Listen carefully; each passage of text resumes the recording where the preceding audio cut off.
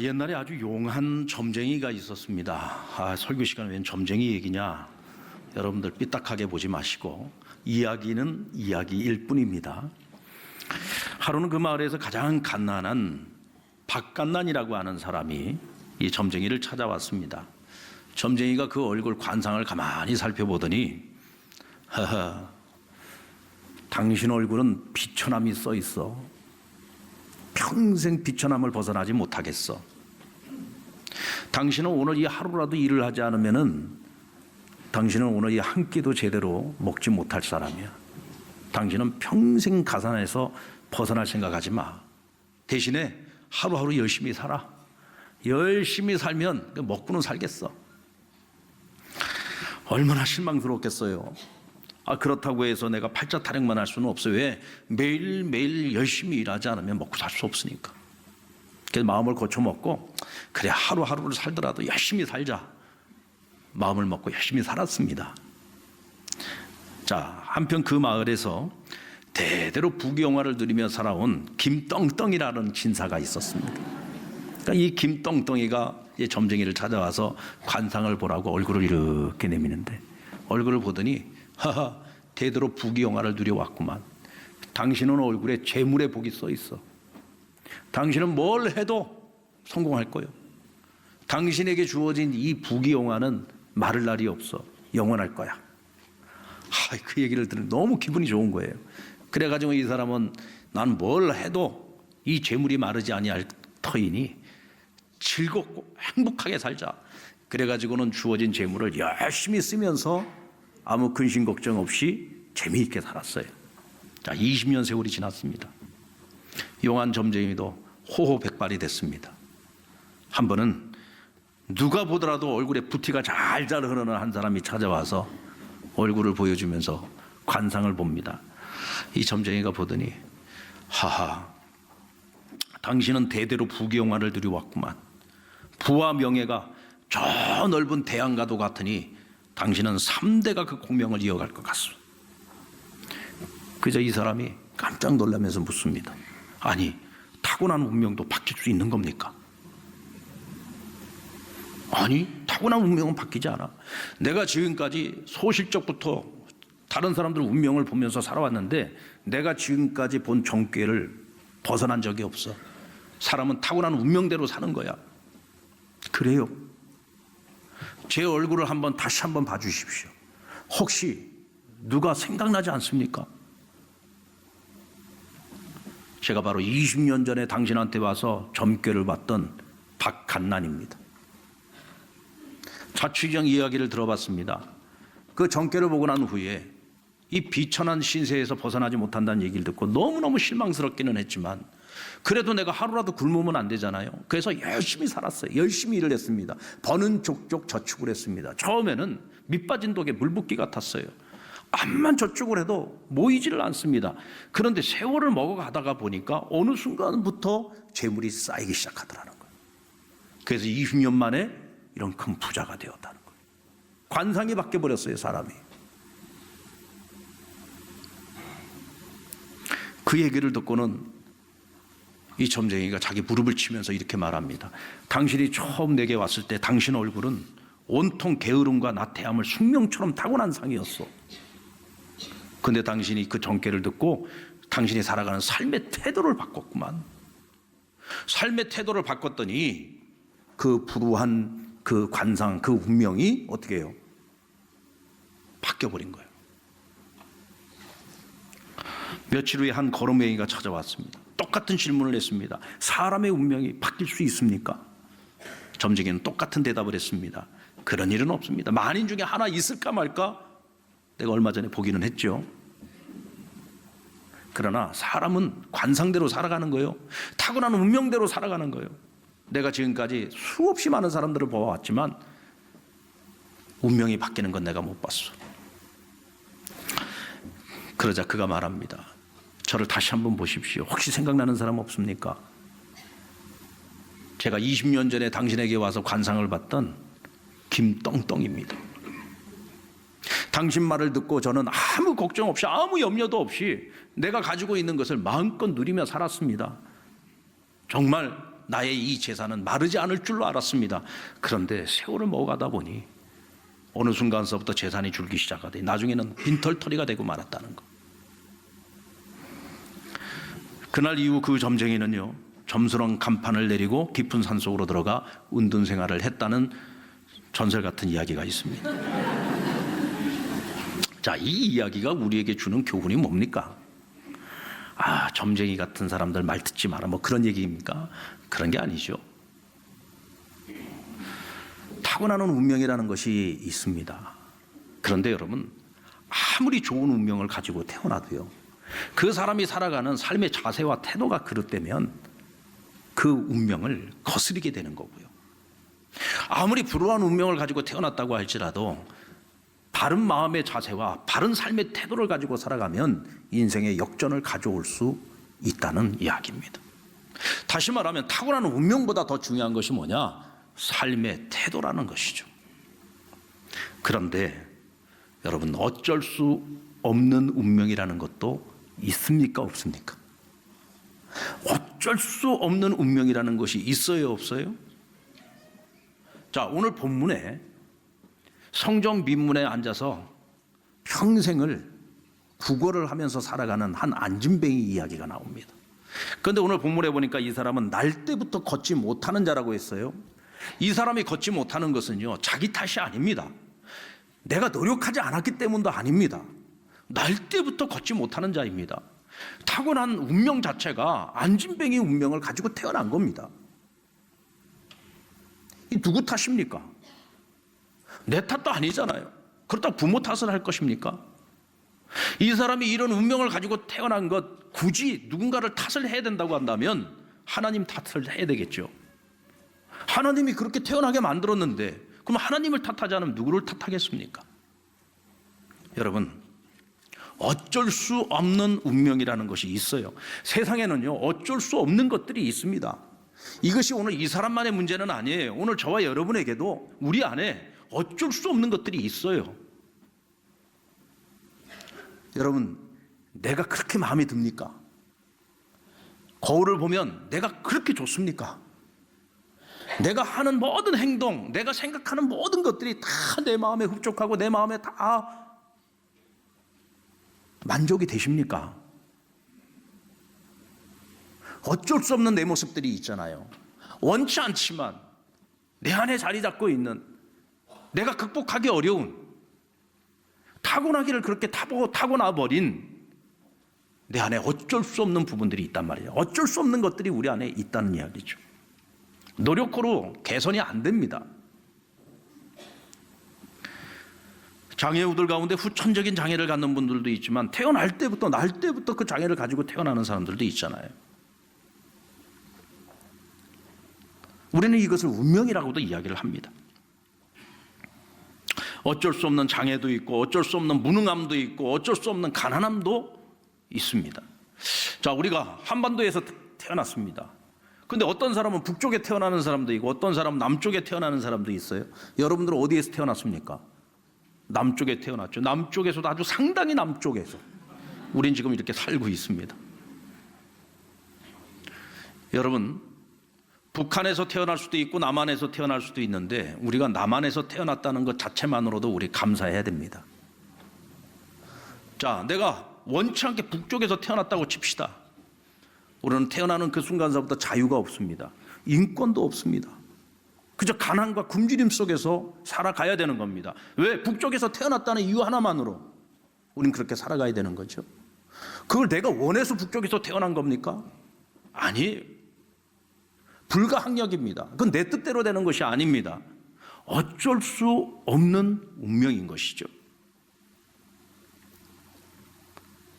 오늘 하나님께서 저와 여러분에게도 어쩔 수 없는 것들을 우리 안에 허락해 주셨습니다.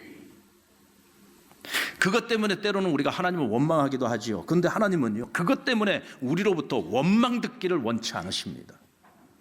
오히려 그 어쩔 수 없는 것들 때문에 하나님은 우리가 하나님을 찬양하기를 원하시고요, 그 어쩔 수 없는 것을 통해서 우리가 하나님께 영광 올려드리기를 하나님은 원하고 계십니다. 오늘 본문의 사건은 그 길로 우리를 인도해주고 있습니다. 성전 미문에 앉은 안진뱅이는 자신이 원해서라기보다는 누군가가 나를 그 성전 미문에 데려다 놓으면 하루 그 자리에 앉아서 그냥 평생 그렇게 사람들에게 구걸을 하면서 살아왔어요. 이 방법을 말고는 이 사람이 살 수 있는 방법이 없어요. 먹고 살 길이 없습니다. 그가 앉아있는 곳은 성전 앞입니다. 성전이 어떤 곳입니까? 만민이 모여 하나님 앞에 기도하는 하나님의 집이잖아요. 그런데 그는 이 자리를 지키면서 단 한 번도 하나님, 나도 저 사람들처럼 정상인이 되게 해주세요. 나도 저 사람들처럼 정상적인 삶을 살게 해주시고, 나도 저 사람들처럼 성전 안에 들어가서 마음껏 하나님을 찬양하고 예배할 수 있게 해주세요. 이런 기도 해봤을까요? 안 해봤을까요? 저는 생각해봤어요. 이 사람 그런 기도 안 했을 겁니다. 왜요? 나는 날 때부터 장애인이에요. 당시 유대 사회에서 이렇게 장애인으로 태어나는 것은요, 지난날에 어떤 죄가 있었기 때문입니다. 그래서 그냥 장애인, 질병을 가지고 있는 사람은 무조건 죄인 취급을 받았어요. 그래서 죄인은 성전 안에 들어갈 수도 없습니다.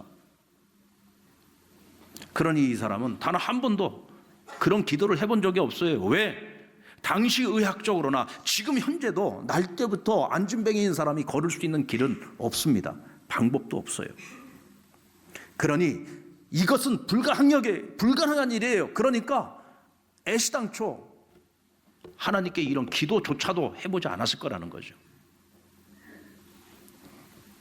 그런데 오늘 이 사람에게 어느 날 기적이 일어납니다.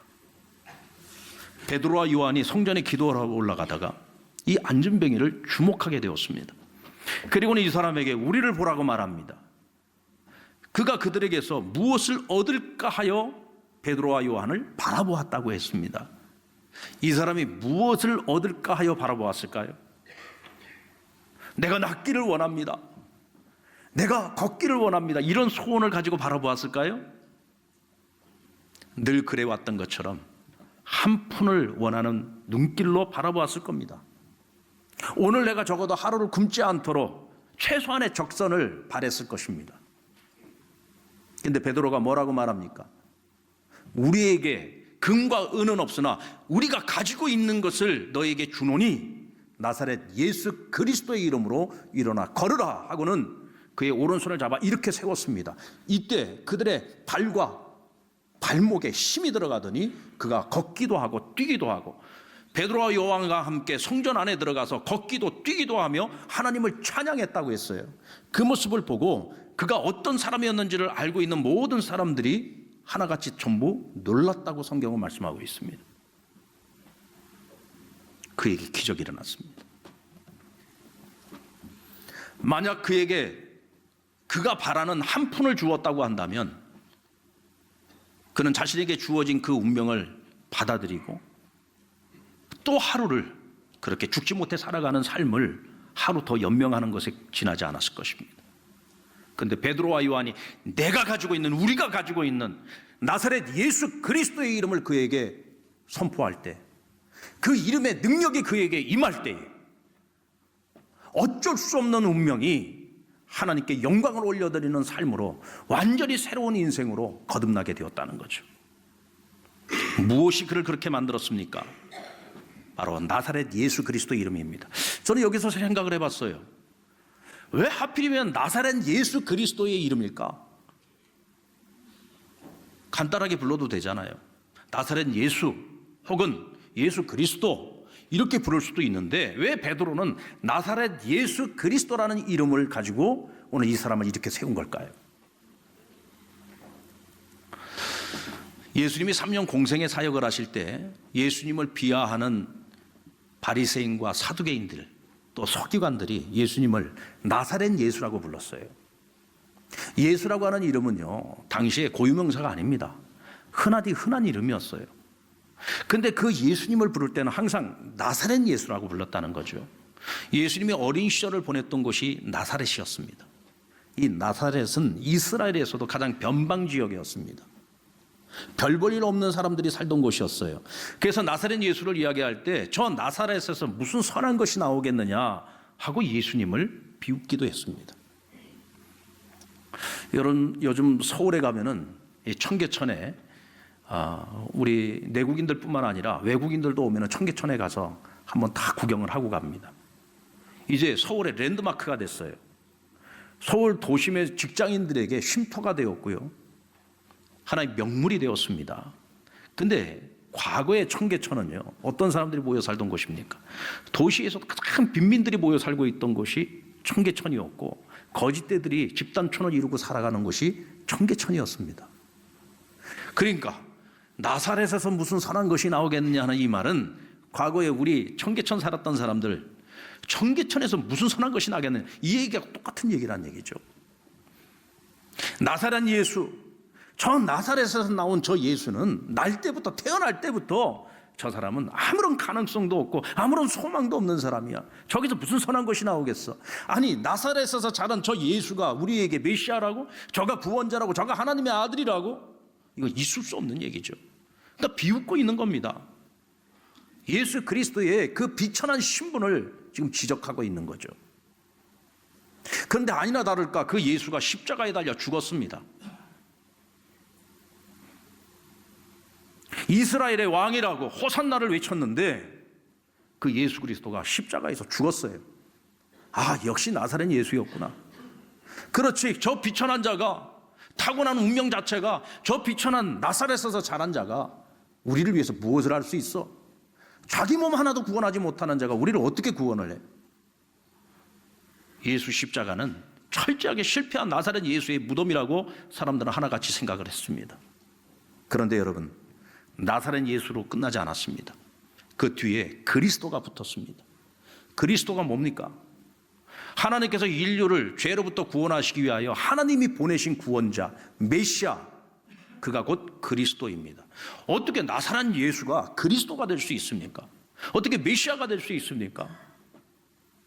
십자가에서 죽은 예수가 3일 만에 부활했습니다. 다시 살아났습니다. 그 순간에 여러분, 나사렛 예수는, 철저하게 실패자였던 나사렛 예수는 인류를 구원하는 메시아가 된 것입니다. 어떻게 나사렛 예수가 그리스도가 될 수 있습니까? 하나님께서 그렇게 만드신 것입니다. 오늘 저와 여러분 안에도 나사렛 예수 그리스도의 이름이 오늘 우리 안에 있습니다. 우리 안에 어쩔 수 없는 것들이 있습니다. 그런데 우리 안에 나사렛 예수 그리스도의 이름이 들어오고 그 이름의 능력이 우리 안에서 일하기 시작하면 우리 안에 있는 그 어쩔 수 없는 것들이 하나님을 찬양하게 만들고 하나님께 영광을 올려드리는 하나님의 선한 도구로 바뀔 수 있다는 거예요. 아멘입니까?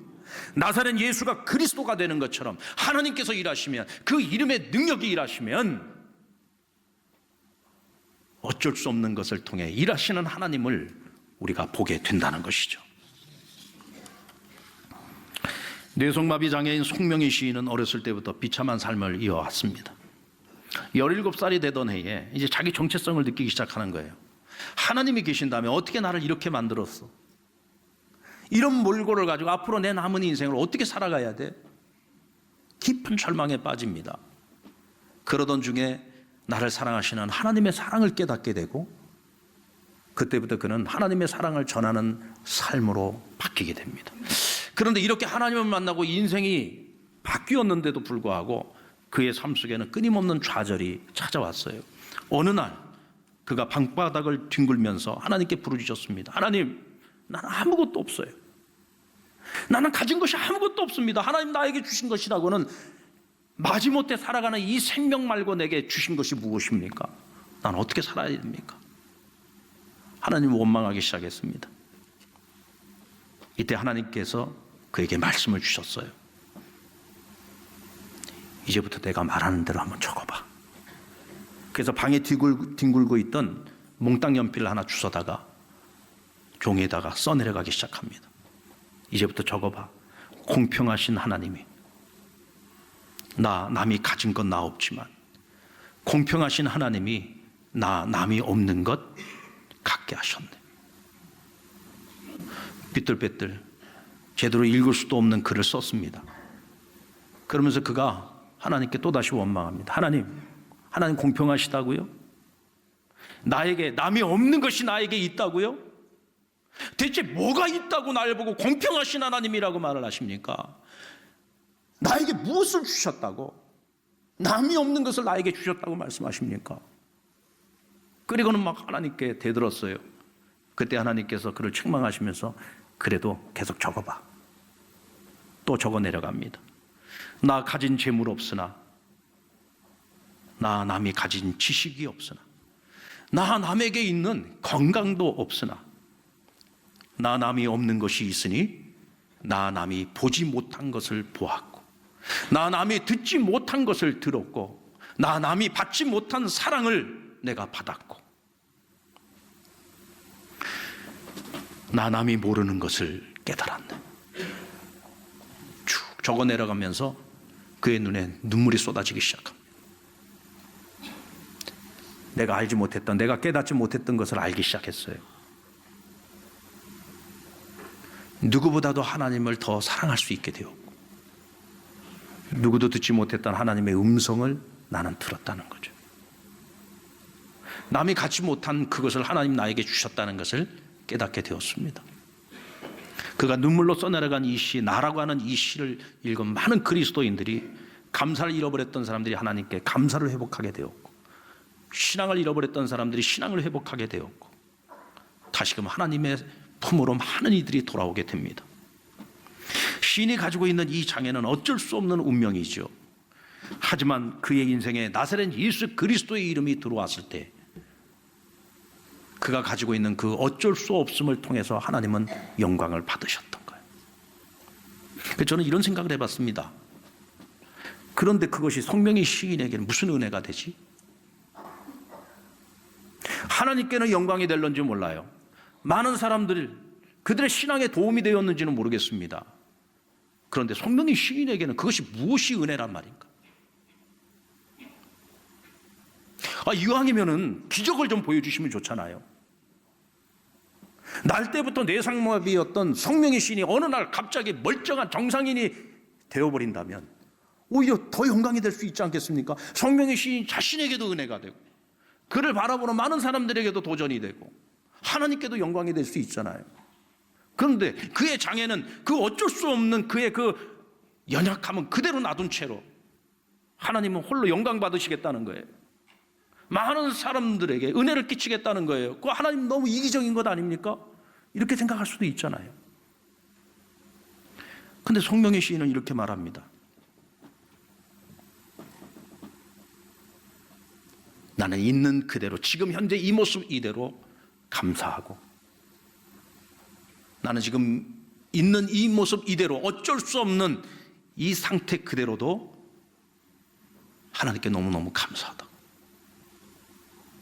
만약에 내가 이 어쩔 수 없는 이 몸을 가지고 있지 않았다면 어쩌면 나는 하나님을 알지 못했을 수도 있고, 하나님의 사랑을 깨닫지 못했을 수도 있고, 하나님의 음성을 듣지 못했을 수도 있고, 하나님을 안다고 할지라도 하나님보다 세상을 더 사랑하면서 살아갈 수도 있었는데, 지금 나는 내가 가지고 있는 이 어쩔 수 없음 때문에 오직 나에게 중요한 분은 하나님 한 분밖에 없고, 이 어쩔 수 없음 때문에 나는 오직 하나님만 찾을 수밖에 없고, 하나님만 가까이 할 수밖에 없고, 날마다 하나님과 대화하며 하나님과만 교제하며 살아갈 수밖에 없고, 그런데 그것만으로도 너무너무 감사하고 그것만으로도 너무 행복하다는 거예요. 여러분, 보편적인 생각이 다 좋은 건 아닙니다. 제가 생각했던 그 생각이 객관적으로는 옳은 생각인 것처럼 보이지만 그것이 다 옳은 것은 아니라는 거죠. 어쩔 수 없음을 가지고 있는 수많은 사람들이요, 그것 때문에 하나님께 감사하면서 살아갑니다. 그것을 내 몸에서, 내 삶 속에서, 내 환경 속에서 하나님이 바꿔놓지 않는다 할지라도, 그것을 거두어 가지 않는다고 할지라도 나는 지금 있는 이 모습 이대로 하나님께 감사하다고 노래하는 사람들이 많이 있다는 거죠. 어쩔 수 없음을 핑계대지 마십시오. 이제 우리 안에 있는 나사렛 예수 그리스도의 이름을 믿고 그 이름의 능력을 의지하면서 선포하십시오. 하나님 우리를 사용하실 것입니다.